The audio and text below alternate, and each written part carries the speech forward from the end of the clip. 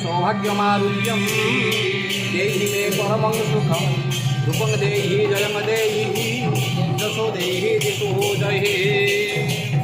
धन्यवाद। आप देखुले नाना सुंदर भाव में कथा कहते कि वास्तविक आम भी देखिए ये क्षेत्र अलौकिकता अच्छी जार मानसिकता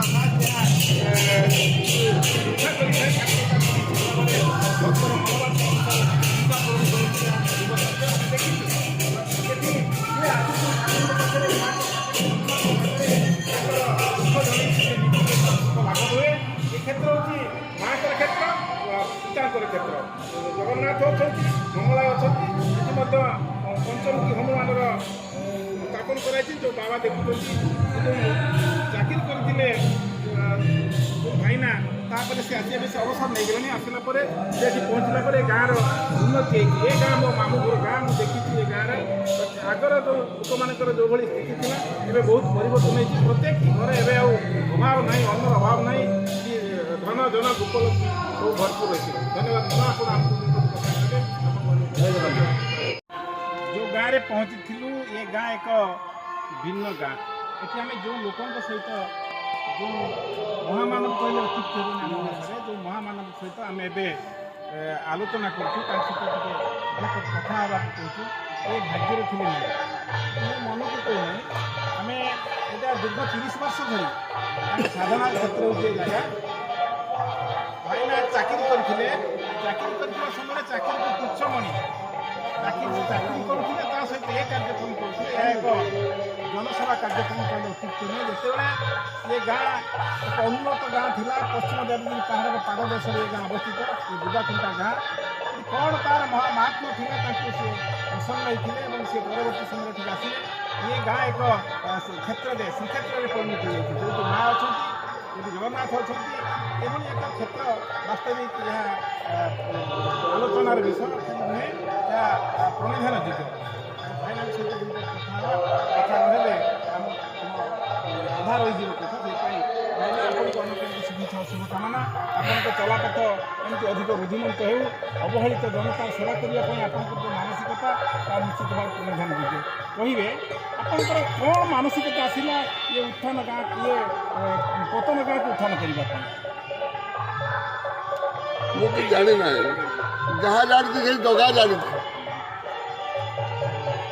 माँ बाप मैंने जाइए आज 37 वर्ष तले मत मैंने कहले आमको ऑर्डर है सब नापी मु बहुत दिन तक भिकारी लोक बहुत भिकारी पैसा पाखे न था आम बस बसिक 4 जन आसिलु ମୋ ସାଙ୍ଗେ 3 ଜଣ ମାନେ ଯାଇଥିଲେ। ବସ୍ର ପଇସା ମାଗିଲା ନାହିଁ, କଟକ ମଧ୍ୟ ପଇସା ମାଗିଲା ନାହିଁ, ସୋରପେଣ୍ଠ ପଇସା ମାଗିଲା ନାହିଁ। ସେଠୁ ଚାଲି ଆସିଲେ ଏଠି। ଏମାନେ ମୋତେ କହିଲେ ଯେ ଆମ ଗାଁ ତ ଗରିବ ଗାଁ, ଏତେ ଟଙ୍କା ହବ କେମିତି? ମୁଁ କହିବି ବାବା ବୁଦ୍ଧିଆ କହିଛି ହବ, ଶ୍ରୀକ୍ଷେତ୍ର ହବ, ମାଙ୍କର କ୍ଷେତ୍ର ହବ, ଯେଉଁ ସର୍ବମଙ୍ଗଳା ଜଗନ୍ନାଥ ପୀଠ ଏଠି ହବ। କିନ୍ତୁ କେମିତି ହବ ନା ଯେବେ ଲକ୍ଷାଧିକ ଲୋକଙ୍କର ଅନ୍ନଦାନ ହବ, ସମାଗମ ହବ, ସେବେ ମୁଁ ଟୋକା ହେଇକି ଆସିଥିଲି, ବୁଢ଼ା ହେଇଗଲି। ଦେଖୁଥିଲେ ସୁନ୍ଦର କଥା ନନା କହୁଥିଲେ, ଭାବପ୍ରବଣ ହେଇପଡ଼ୁଥିଲେ, ଆଖି ଛଳ ଛଳ ହେଇଯାଉଥିଲା।